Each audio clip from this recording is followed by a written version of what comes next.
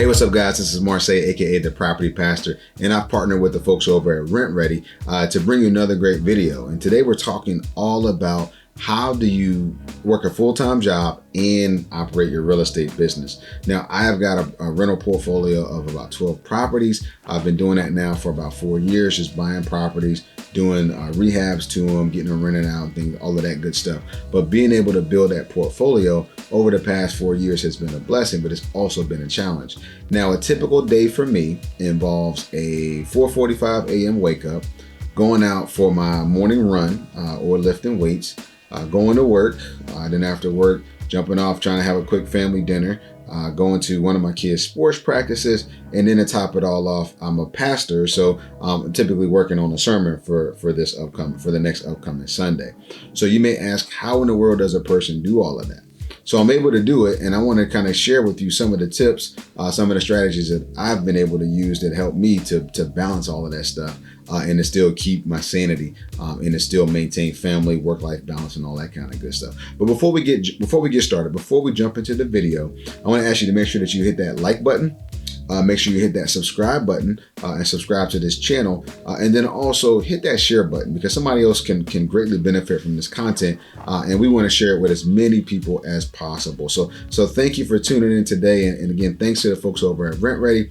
If you want to take advantage of RentRedi's amazing software, it's one of the things we'll talk about a little bit in the video, but their software allows you to track tenants, allows you to collect rent, allows you to schedule maintenance, do tenant screening, and a whole lot more. You can actually take advantage of that software using my special promo code, and that is PASTOR. So if you go to RentRedi and you type in PASTOR under the promo code, you'll get a special discount. So I'm going to give you 4 tips on how I'm able to work a full-time job, also be a pastor, be a husband, be a father, and run my rental property business. So the very first tip is to discipline yourself and to practice good time management. That's one of the most important things, one of the most critical things that you can do. Now, you may be saying, well, Marseille, I'm not a disciplined person. I'm not good at all at time management. I want you to throw that mindset out of the window. That's just a mindset. That is a learned behavior, right? So one of the things that I want you to be able to focus on is time management and discipline.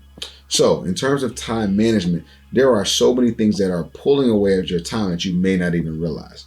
So things like social media. So if you spend a lot of time on the Instagram page, you spend a lot of time on Facebook, these software platforms are designed to pull you in. If you watch a lot of Netflix, you'll notice at the end of the episode, it automatically goes to the next one. So you may have intended to watch one show, and before you know it, you watched 3, or you watched the whole season on a Tuesday. Now, the thing about time management is that, getting to the place of cutting back on some of your social media intake, cutting back on some of your TV, so you can utilize your cell phone. And one of the things I do on my phone is they actually have timers. So some of the apps like Facebook, my phone has a timer on it. So once my 15 minutes are up for that day, I can't open it back up unless I take another activity to basically disable that timer. So that's really important. The other thing is prioritize your tasks and work on them first. So if you know, as a rental property owner, that you need to submit an offer for a new property, it's important to do that first. It's important to go ahead and knock that out. And if you get the most important things done first and there's time left over, then you can do the other things that, maybe are fun stuff, or things that, you just want to kind of veg out. Now, even in prioritization, you still want to prioritize fun. You want to prioritize some of the activities to do with your family. So the other part is you got to really discipline yourself to work on your goals. And one way to do that is asking yourself, what is the return on my activity? So time, you basically, in terms of time, you have to assign your activity. You got to assign things to your time, because if you don't budget your time, if you don't schedule it, it's likely that it won't get done. So I like to ask, what is the return on this activity? So if I go and call a potential lead to talk about a property, that's a potential new deal. If I, go through and decide that, hey, I'm just gonna kind of veg out and watch this episode that I didn't get to catch the other day, or I'm gonna watch a whole season, it's going to feel good in the short term, but in the long term, I'm going to regret it, because I knew I should have been working on my business. I knew I should have been trying to grow it. I knew I should have been, even spending time with my family. Those things are important returns on the investment of time. Second thing I want to give you though is to set your goals and review them regularly. So it's important that you know your why, right? So there's a why, but I try to have a why behind everything that I do. As a pastor, there's a why behind that, which is pretty obvious. I want to help connect people in their spiritual walk with God. As a father and a husband, there's a why there, right? I want to be the best husband and father for my kids. In real estate investing, there's a why there. Working my W-2 job, there is a why. And even in, if I decide, hey, tonight I'm tired or I've worked hard all week, I need to take a break, there's a why there. So I got to build in all those things. But then on top of it, there are goals, right? So I have goals in terms of how many properties I want to have, in terms of what my cash flow is going to be, in terms of where I want to be in a year from now, 3 years and 5, and even 10 and 20, right? But it's important to set your goals and to review them regularly. Now, what I find is that when I'm clear about my goals, things start to fall in place to help me to achieve them. So I go and I say, here's my goal. If my goal is to buy another rental property, I know I've got to research deals. I know I've got marketing. I know I've got to make offers. I know I've got to negotiate. I know I've got to build the skill sets up. I know I've got to save up money. All of those things, they help me to budget and to prioritize the amount of time that I spend on something. So goal setting, goal review, knowing your why, all of those are very important. And it's also important because when you don't feel like doing them, they help you to maintain your discipline, right? So if there's a great book called Start With Why. So that why is our motivating force. And if we don't have a why, we're actually working on somebody else's why. So what do you mean? So by you subscribing to Netflix and spending all that time and being exposed to their content, or you being exposed to Facebook's content, you are a part of their why, right? Because they want to get as many viewers to go and watch content so that their advertisers are able to market to you, right? So you're being a part of their why. So if you don't have your own why, you're actually helping to serve somebody else's, right? So recognize the importance of goal setting, of knowing your why, because those are the things that are going to actually drive your actions. All right, the third key I want to give you is focus on your health. And that's going to be your physical health, your spiritual health, and your mental health. We're in the midst of a pandemic, and mental health is probably more important than ever before because we're going through so much extra stress. And it's important that we focus on our mental health, our spiritual health, and our physical health.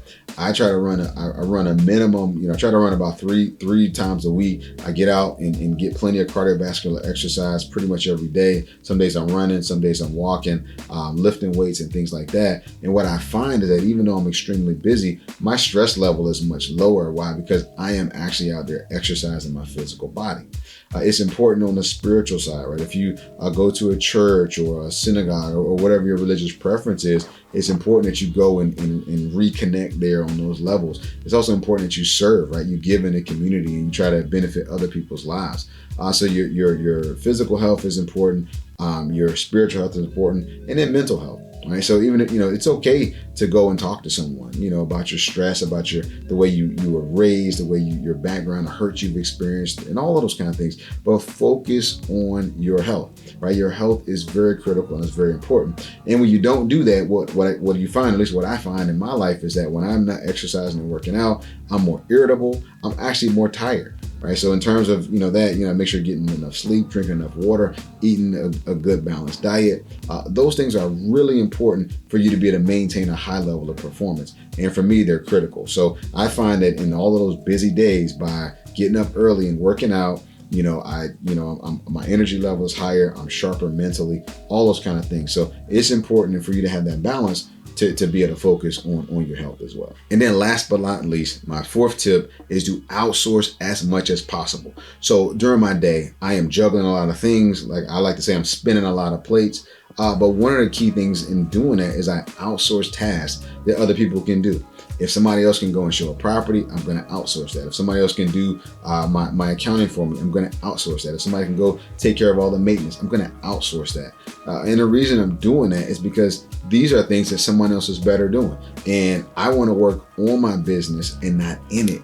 And recognizing that there's the only way to do these, to keep a lot of stuff going. If you're working at, you're on your day job and you're in staff meetings or you're doing presentations, and now a tenant's calling you about fixing the toilet, you're going to get burnt out really fast. But if you got somebody that's you've outsourced that to a maintenance person or a property manager, then those things kind of get taken care of and then you just get notified of them. You measure them, you get notified of them, but you're not the one actually stopping what you're doing, trying to figure out on your lunch break, how am I going to go over here and get this toilet unclogged? Right? There are better things that you could be doing, and those are really important. And then on top of that, outsource to technology, right? Because technology is amazing. You know, you can you can view a property from your phone. You can schedule maintenance from your phone.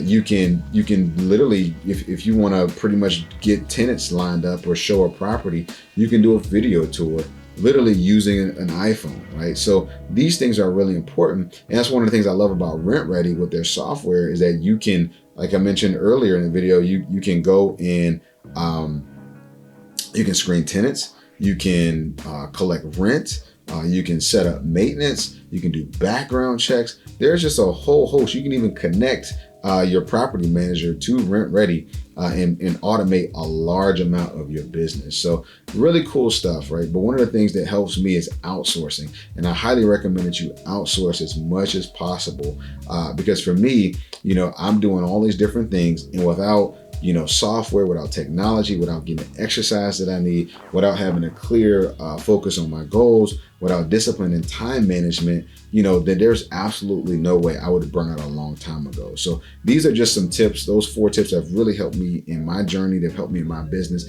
and I'm confident that they're going to help you too. So if you got any questions, make sure you drop them in the comment section. We'll make sure we get them answered for you. Again, just a quick reminder, if you haven't already subscribed to this channel, hit the subscribe button, hit that like button, hit that share button. And we do appreciate you tuning in today to the video. Again, if you want to get a great discount on RentRedi software, use the discount code PASTOR, and you'll get a great discount and be able to try the software so it can help you to grow your business, to help you achieve your dreams. This has been Marseille, the Property Pastor. Thanks for tuning in. Thanks again to the folks at RentRedi for the partnership. I can't wait to see you again soon. Take care and God bless.